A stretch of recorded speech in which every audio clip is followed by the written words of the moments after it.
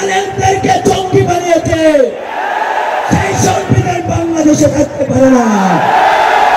ফ্যাসিবাদের দোষরদেরকে বলে দিতে চাই, আপনাদের জায়গা এই বাংলার মাটিতে আর হবে না। দালালি না আজাদি, দালালি না আজাদি। কি আর কোনো কিছুতে ভয় পাই? আমাদেরকে কি আর কেউ রুখে দিতে পারবে? আমাদেরকে কি কেউ দাবিয়ে রাখতে পারবে?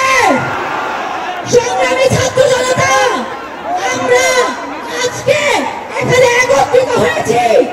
আমরা ফ্যাসিবাদের দোষরদেরকে বলে দিতে চাই, আপনাদের জায়গা এই বাংলার মাটিতে আর হবে না। আপনাদের কোনো ষড়যন্ত্র এই বাংলার মাটিতে চলবে না। আমরা এই কোনো কিছুকে ভয় করি না।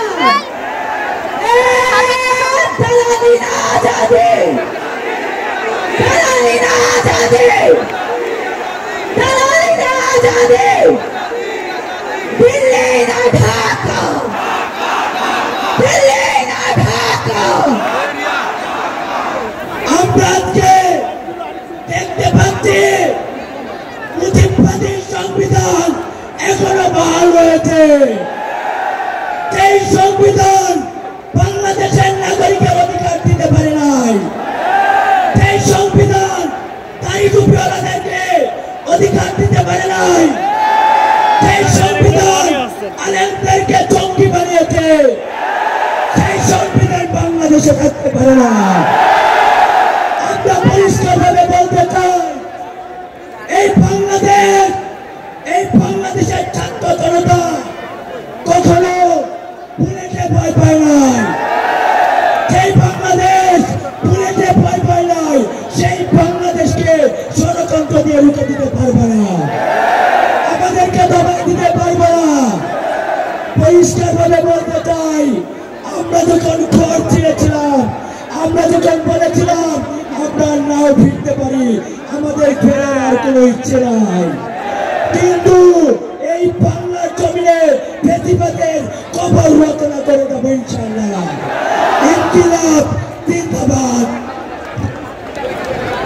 সবাইকে, আমি কোনো পলিটিক্যাল ব্যাকগ্রাউন্ডের না, যার কারণে হয়তো আমি সেভাবে কথা বলবো না, কিন্তু আপনার আমার সবার একটাই চাওয়া, সেটা হচ্ছে আমরা খুনি হাসিনার বিচার চাই।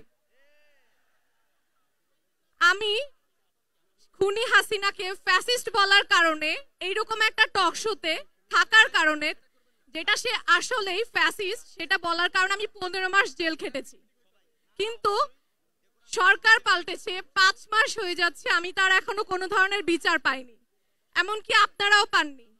আর বর্তমানে আমরা একটা জিনিস দেখতে পাচ্ছি যে এই যে আওয়ামী লীগের দোসররা, তারা নিজেদের খোলস পাল্টে শিবিরে যোগ দিচ্ছে, বিএমপিতে যোগ দিচ্ছে, কিন্তু সেটা কোনোভাবে গ্রহণযোগ্য নয়।